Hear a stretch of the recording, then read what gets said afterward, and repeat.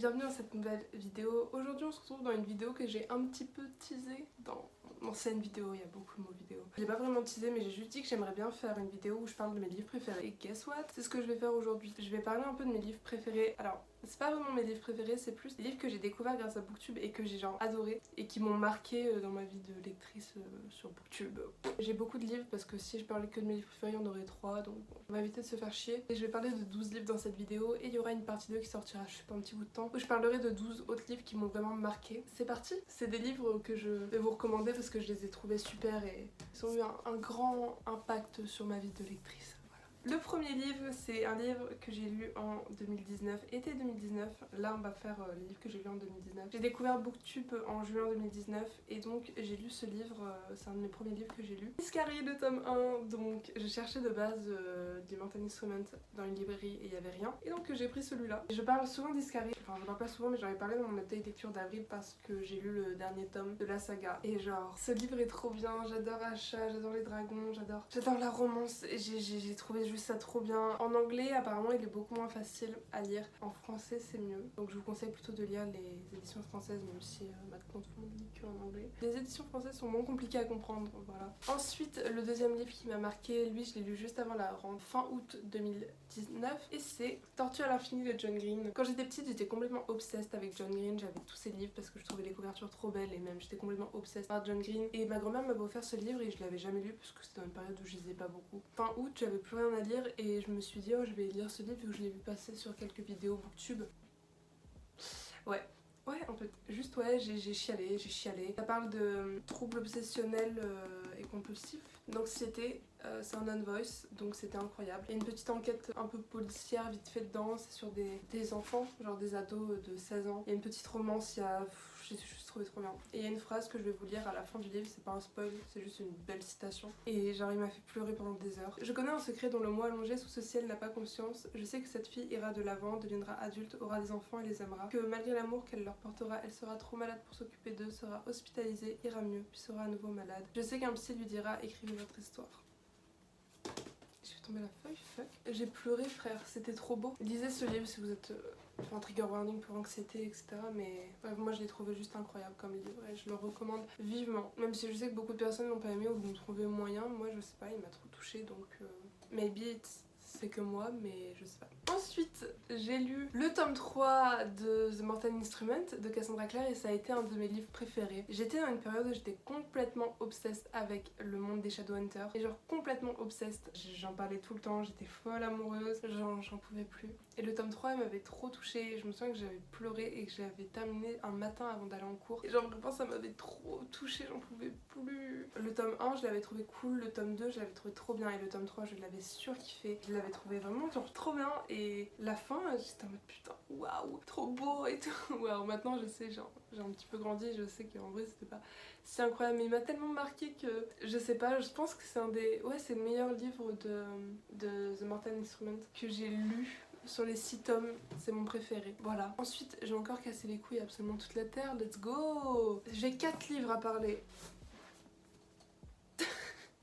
Yes! Oh shit, here we go again. Yes, le tome 2 et 3 de La Guerre des Clans. Quand j'ai lu La Guerre des Clans, c'était juste comme ça et je m'attendais pas à être complètement obsessed, à chialer pour des chats qui parlent. Et j'avais un compte privé Instagram à l'époque et mes amis pourront témoigner, je pleurais pendant des heures à cause de chats qui parlent, qui se battent dans la nature. Ça me touchait trop en fait. Genre vraiment, je pleurais toutes les larmes de mon corps à cause de ces chats et encore aujourd'hui. Je pleure encore pour des chats qui parlent. Ah! Bref, le tome 2 et le tome 3 étaient une grosse surprise parce que le tome 1 j'étais en mode ah c'est sympa. Mais quand j'ai lu les restes, c'était pas assez sympa, c'était de la douleur non-stop. En plus c'était vraiment pas des livres que je voyais sur Booktube. J'avais 2 livres dans les mains, je fais lequel, dont lui. Il me fait ça, j'ai pris, j'ai lu. Je suis devenue complètement obsesse avec La Guerre des Clans.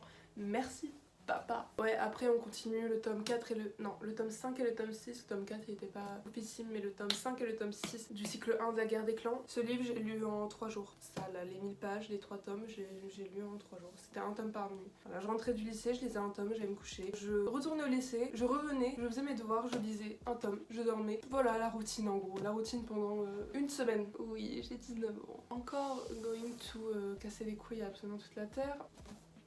La princesse mécanique, waouh, de Cassandra Clare. Je l'ai lu la première fois, j'avais 14 ans, j'étais à l'internat, j'étais là, j'étais en perme. Vraiment, je lisais la fin et je chialais comme si j'étais dans le fond de la perme. Ma place était tout au fond, toute seule, sans pote. Ça m'a trop marqué et donc j'ai décidé, vu que je m'en souvenais plus et je voulais lire tous les Cassandra Clare en 2019, j'ai relu toute la saga d'Infernal Devices.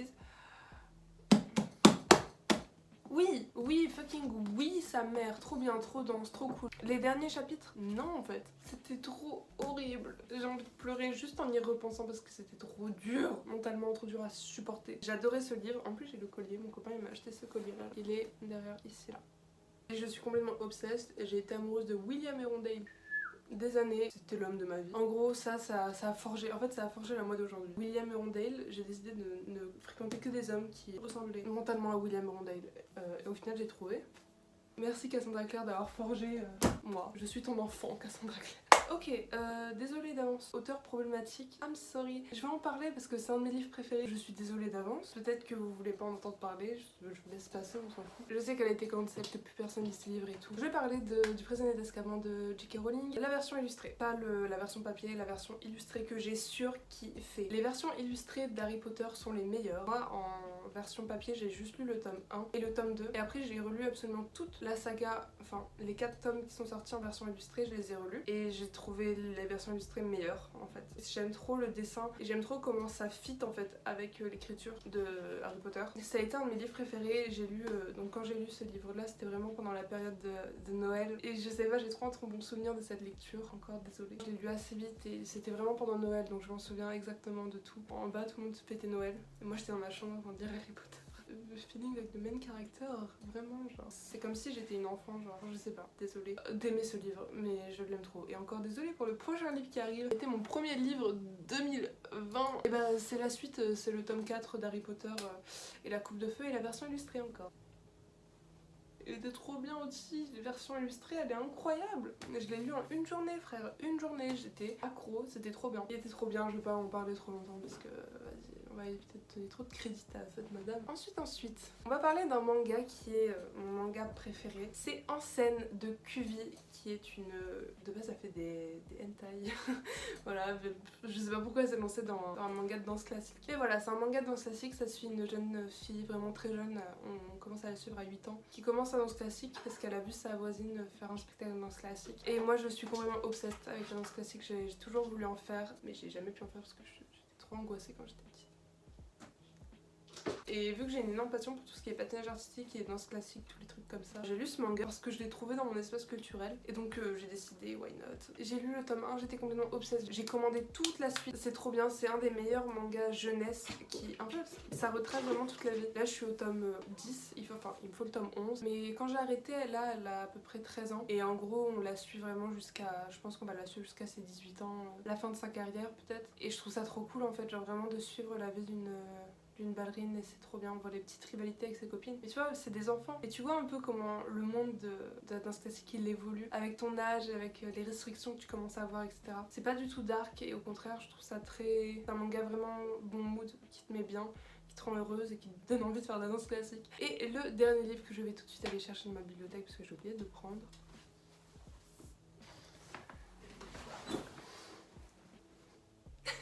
On My Way pour parler des mêmes livres. Non, en vrai, j'en parle pas tant que ça, je crois. Je sais pas. Peut-être que j'en parle beaucoup, je sais pas.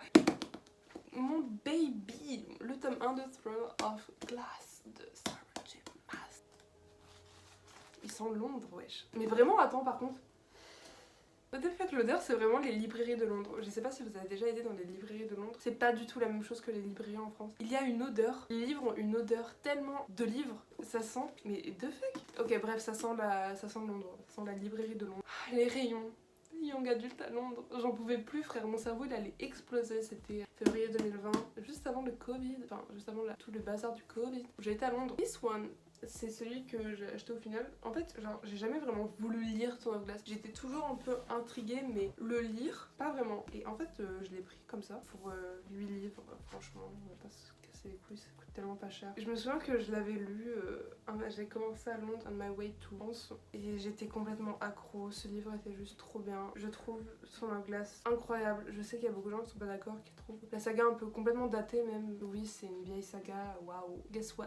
Les livres ne sont pas tous écrits en 2020. Ça a des codes différents, c'est... Bref, ça a été écrit quand elle avait 16 ans. On fait tous des erreurs à 16 ans, je sais pas, genre pas le livre le mieux écrit au monde. Mais c'est un livre incroyable, ok? Je le répéterai toute ma vie. Mais tu peux pas dire ne pas avoir aimé Son Hourglass si t'as pas lu le tome 1 et le tome 2. En fait, Son Hourglass c'est tellement une longue saga de 9 livres au total si on compte les nouvelles, que si tu lis juste le tome 1, mais vraiment le tome 1 il se passe rien. Je vous jure que le tome 1 il pue. Niveau événement, niveau révélation, il y a rien. Mais ça c'est vide, on dirait un prologue frère. Vraiment il faut lire le tome 2. Vous pouvez pas vous permettre de pas aimer le Son Hourglass si vous avez même pas lu le tome 2. N'osez même pas critiquer la saga. Il faut lire le tome 2 en fait. Parce que voilà, elle avait 16 ans, c'est un peu le bazar, c'est pas le truc le mieux écrit, c'est un petit peu cliché, mais oui, don't care, c'est un livre super, ok? Lisez la saga Son Hourglass, c'est trop bien. Même si le tome 5 il est chiant. So, I guess la première partie est terminée. Voici les bébés dont j'ai parlé. Ils sont là. J'espère que vous aurez envie de lire un de ces livres, même si c'est des livres dont j'ai déjà un petit peu parlé. C'est quand même mes livres préférés ever. Ils ont trop marqué ma vie de lectrice et je les remercierai toute ma vie pour cette raison. Ils sont incroyables. Franchement, ils méritent d'être lus. Même si vous les avez pas aimés, je pense que vous comprenez pourquoi ils peuvent marquer des gens. Et voilà, la première partie est terminée. On se revoit sûrement en juillet avec la suite de mes livres préférés. En attendant, je vous souhaite une bonne journée, une bonne soirée. Amusez-vous bien, prenez soin de vous, lisez ce que vous voulez quand vous voulez. Vous connaissez la devise. Je vous dis au revoir.